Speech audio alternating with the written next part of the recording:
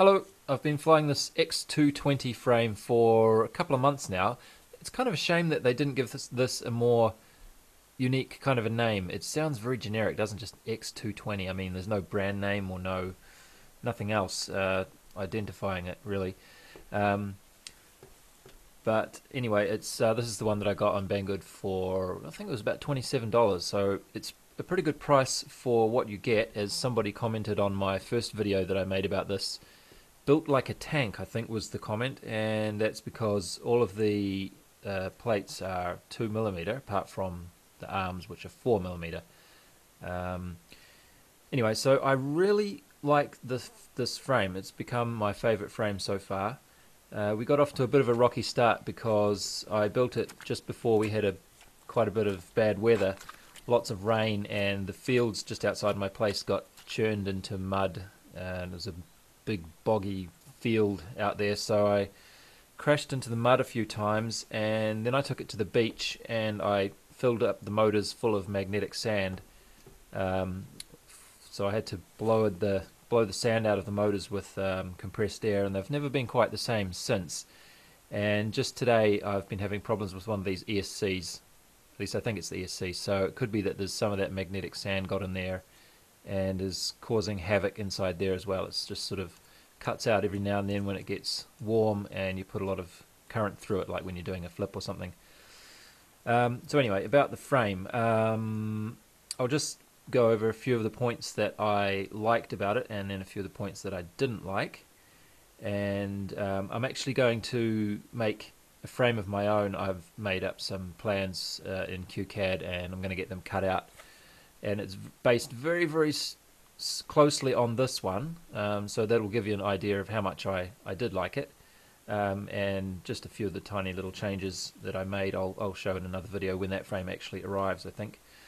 So as far as the build goes, I did record the whole build as I was doing it, just in case it was interesting enough to upload, but it wasn't, so I don't think I'll show you any of that. But I did manage to put the PDB inside these two bottom plates. So there's a plate on the bottom that holds it together, and then there's the main plate in the middle, and the arms go there, and there's 4mm space.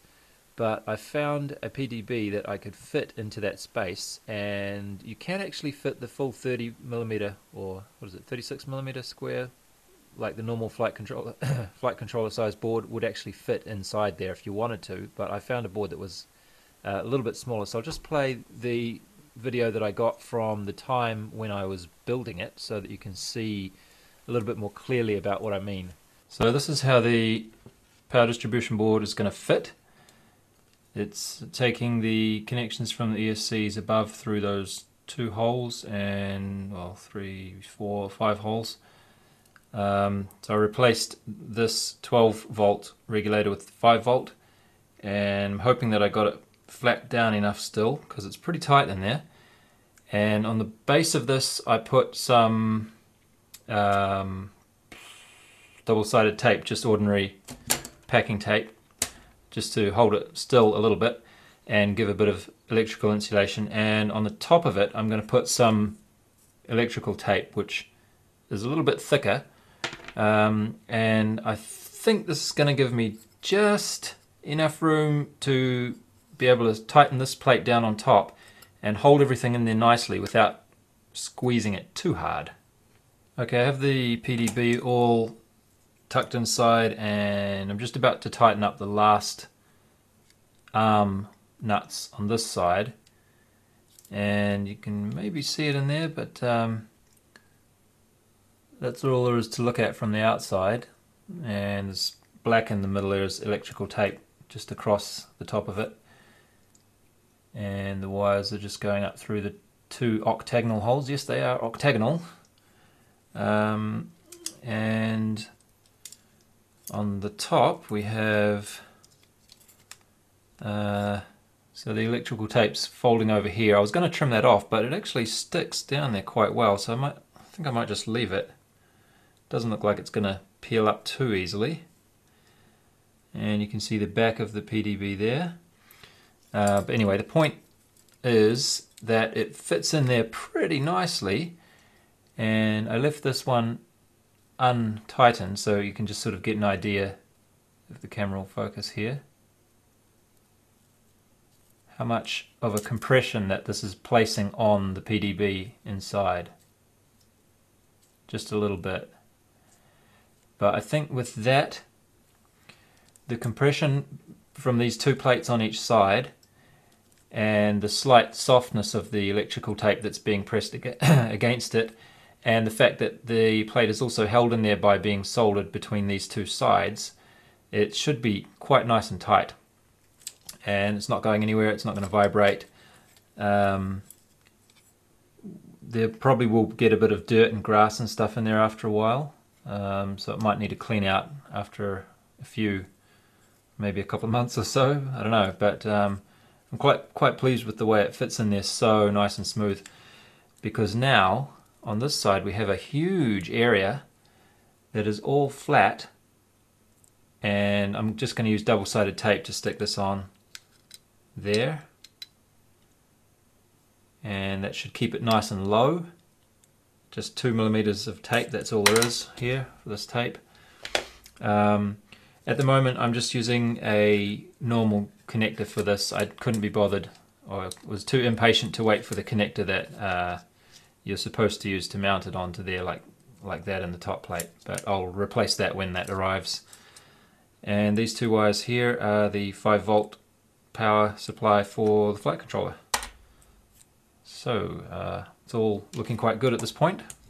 I took a few other photos while I was building, so I'll just quickly look at those as well. This is what it was before it got built. The idea that I had for mounting the video transmitter and antenna was to cut a piece of cable like this and like that and put it on there, and then have that directly attached to the VTX and then bend it upwards like that. And that probably was okay, but the first few times I flew it I had a lot of trouble with video reception, especially when I did a flip or a roll I'd have trouble, and also it seemed like after a while it got worse, and I think that there was actually the antenna that was at fault. So I could have probably left it like this if I had realized sooner that it was the antenna that was the problem. But what I did, just to keep things simple and rule out any as many unknowns as possible, is that I just put a 5cm extension on there to go back out and then up. So this is not ideal either. I don't really like having this sticking out, but I thought it might, break or have problems in a crash, but it's been fine. So I kind of forgot about it after a while, actually. But what else do we have here? This was the first flight controller board I had on there. I'm using one of the $15 NAS F32 clones that are on Banggood. These also, I don't think they have a name. Maybe they do, I forget. But I actually broke this one because you know how the pins are sticking out the back here, and they're sticking up by about 1mm or so, maybe 1.5 mm. I wanted to keep it as flat as possible, so I used my Dremel to grind them back a bit, and I must have broken through one of the traces on the board somewhere that I just couldn't figure out what the problem was, but it never worked again. So I got another one, and this time I soldered the headers on so that they don't stick out the back, so the other side of the flight controller is going to be nice and flat, and of course that means that they're not going to be fully stuck through the board here, so you can see a bit of a gap, but that doesn't really matter. Oh, that's the board there, yeah. I'll put a link to this or a screenshot of the product listing maybe, but this is working great for $15. It's not the deluxe one with the compass or anything, so there's no compass or barrow, but yeah, it works great so far. It has flash memory too, which I haven't used, but it's there if you need it. Yeah, so you can see the pins don't stick out on the back there. That's kind of nice. And now the tape can go quite flat on there, so I just taped it up like that and then stuck it using double-sided tape to the middle of the board. I think I just showed you that in the video maybe.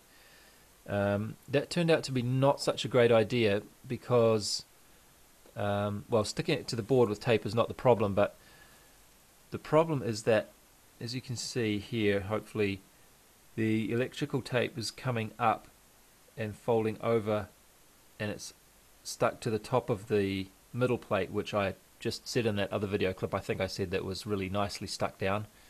But it turns out that it's not, and you may be able to see that the flight controller board,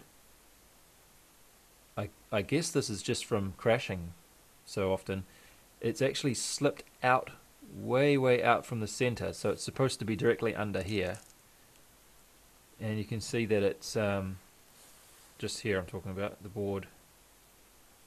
If we look at it directly from the top, we can actually see it sticking out the side. So when I fly in angle mode now, it sort of goes off like that. No, it goes off like that, yeah. But in rate mode, it doesn't seem to matter too much, even though it is a little bit crooked in yaw and pitch as well. So that wasn't such a great idea, perhaps, to stick it on top of the electrical tape. So if you use double-sided tape, stick it to the carbon fiber directly, not on top of tape. This is a little microphone that I got. I thought I would try listening to the sound of the quad as I'm flying, because apparently some of the pros do that, and I thought maybe that's my problem. I just need to have audio coming back from the quad, and then I'll be able to fly like steel. That's what it is. But I don't actually have a good way to listen to this on my goggles at the moment. I'm getting some other goggles in the future which I think have audio out, so I will actually use this at some point. But yeah, it's quite easy to add, so I thought it might be, worth doing. This is just another photo, I think. I wanted to have zip ties to put the antennas on, and there weren't really any good spots. Or there's this one kind of at the back here. No, but the battery's going to be here, isn't it? So no, that's not very good. I saw one of the Rotor Riot videos. They did a build video of their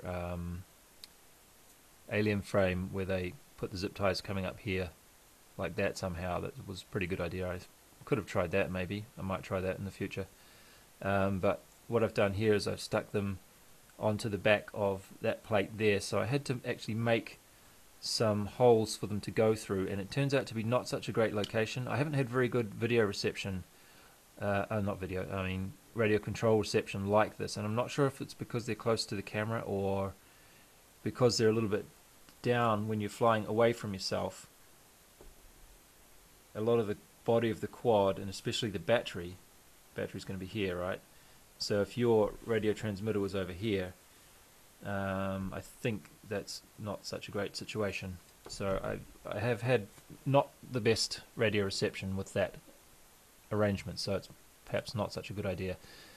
But anyway, that's what I just cut that little groove there, or drilled it out actually, and put the zip ties on like that. And this is at the top of the plate for the FPV cam. It was a little bit loose, so I put a bit of foam that I cut out of one of the run cam packaging boxes. That they have some nice foam in those boxes, so I always keep that when I get one. And yeah, that's all the photos I have, I think. So my likes and dislikes, I think I've mentioned a few. I like the way it looks aesthetically. I just really like this layout. I like that it's a true X shape. I like that it's small. That seems to help with flips and rolls and general agility, and yeah, it just sort of feels nice and snappy movement wise. Although this is the first time I've tried 2205 motors, so it could be that just the extra weight of these motors is helping with keeping everything stable, weight relative to the overall weight of the whole thing, I think. The motors I'm using here, by the way, are the DYS SE2205 2300 kV, and I really like these motors. Main reason, well, they fly really well as well, but See that in there? We don't have a circlip anymore. We have a hex nut. So you can get the motor bell off without detaching the motor from the arm. So you never need to touch these 4 screws here at all. You can get the motor bell right off in about 10 or 15 seconds or so if you're in a hurry, and then pop that off, and then you can get easy access to the bearing, which is usually a pain in the butt to oil. It's just sitting right there in the open. You can oil it, and then you can also easily drop some oil into there, and then put the bell back on, tighten it up, and you're done. You could probably oil your bearings in 2 minutes or so, pretty easily. Each motor, I mean, 2 minutes each motor, and you'd be finished. So it gives you less of an excuse to be lazy about oiling your bearings, which is quite good, especially when you keep filling them up with mud and sand.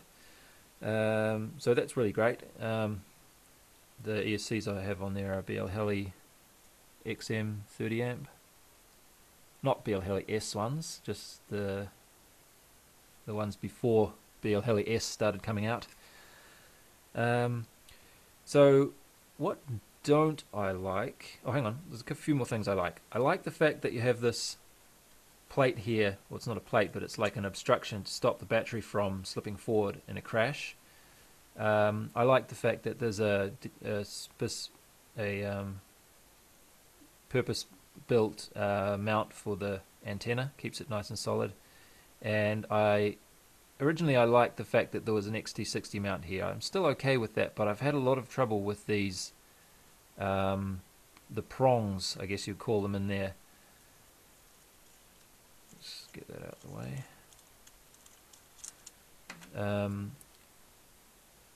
What would you call those things in there that don't want to focus? See how there's one missing there?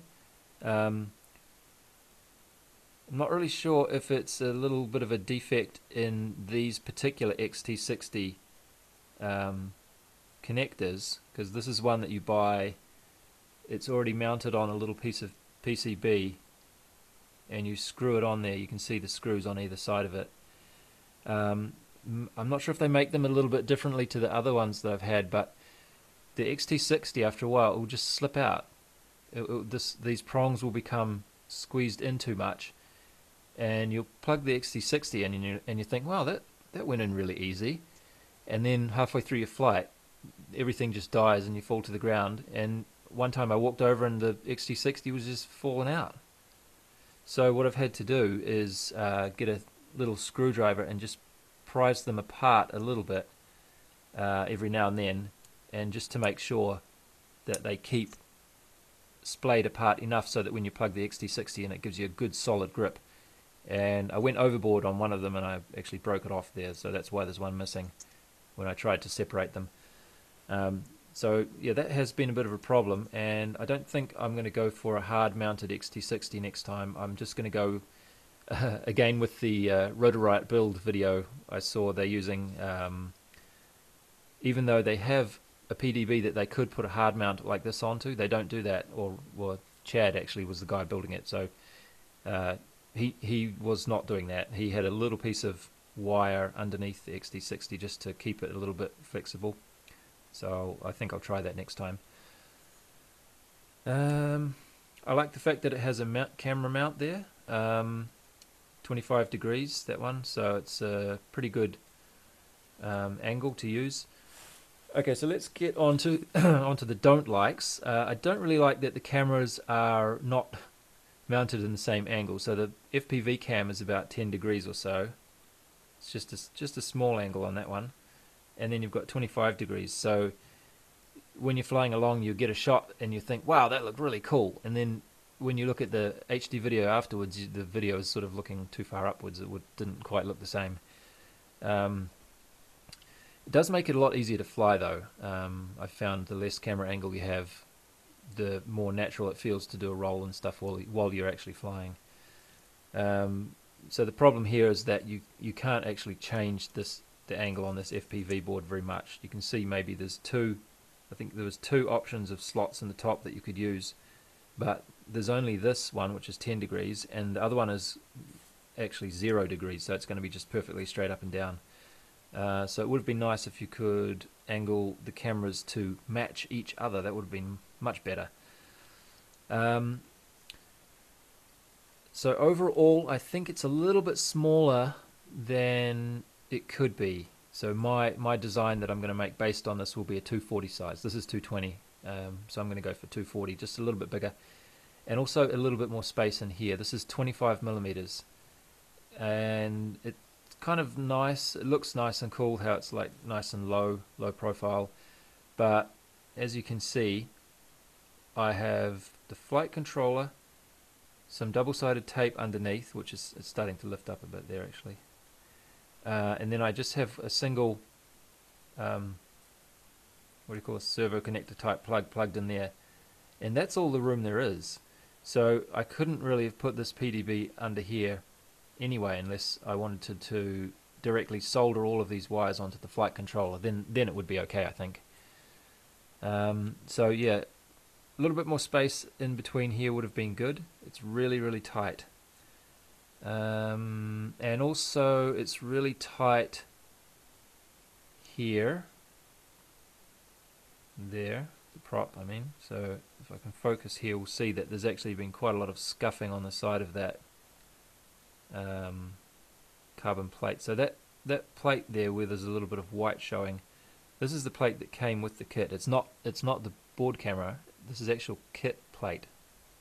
I mean the plate that was included. And it doesn't help that the camera can slide to the side, back and forth a little bit too. So when it's fully over this way, it's actually hitting on there. This is just a 5-inch prop. So yeah, it's just a little bit small all around, I think. Not a huge deal, but I think it's just not. It could be a little bit more comfortable if it wasn't like that. And this side seems to be completely fine. Yeah, that's alright, isn't it? That's not a big deal. I guess the only other thing that I didn't like too much was the way they've arranged this camera plate. There's only, let's get that out of the way. There's only 2 screws holding it on. So there's that one there. It wants to focus on the background, doesn't it? Hold it down. Here we go. So there's 1 screw there, and there's 1 screw there, and it holds it together nicely. But the problem is that it seems like they intend for you to use a 2 centimeter wide Velcro strap to hold the camera on. But the problem with that is that the Velcro strap actually pushes the camera out of this corner that it's trying to sit down into. So imagine if the camera was not here and you strapped a Velcro strap just around this and these 2 screws. It would form itself into a tight oval around those 2 screws, wouldn't it? Like just a sort of a a squashed circle. But the problem is that on the bottom side, when the Velcro comes from under here to under here, it's cutting through across the bottom corner of here. So it's actually pushing the camera out. And I just couldn't get the camera to sit down in there and stay sitting securely into this nicely 90-degree cut angle, which was a real shame because they've gone to the trouble of making the mount for it, and then the strap is just going to push it out. So what I've ended up having to do is, instead of using a 2 centimeter Velcro strap, I am using a zip tie, which has been working pretty well, and I've put a piece of sort of neoprene foam under the bottom of it there just to hold it, give it a little bit of cushioning, and gives pretty good video.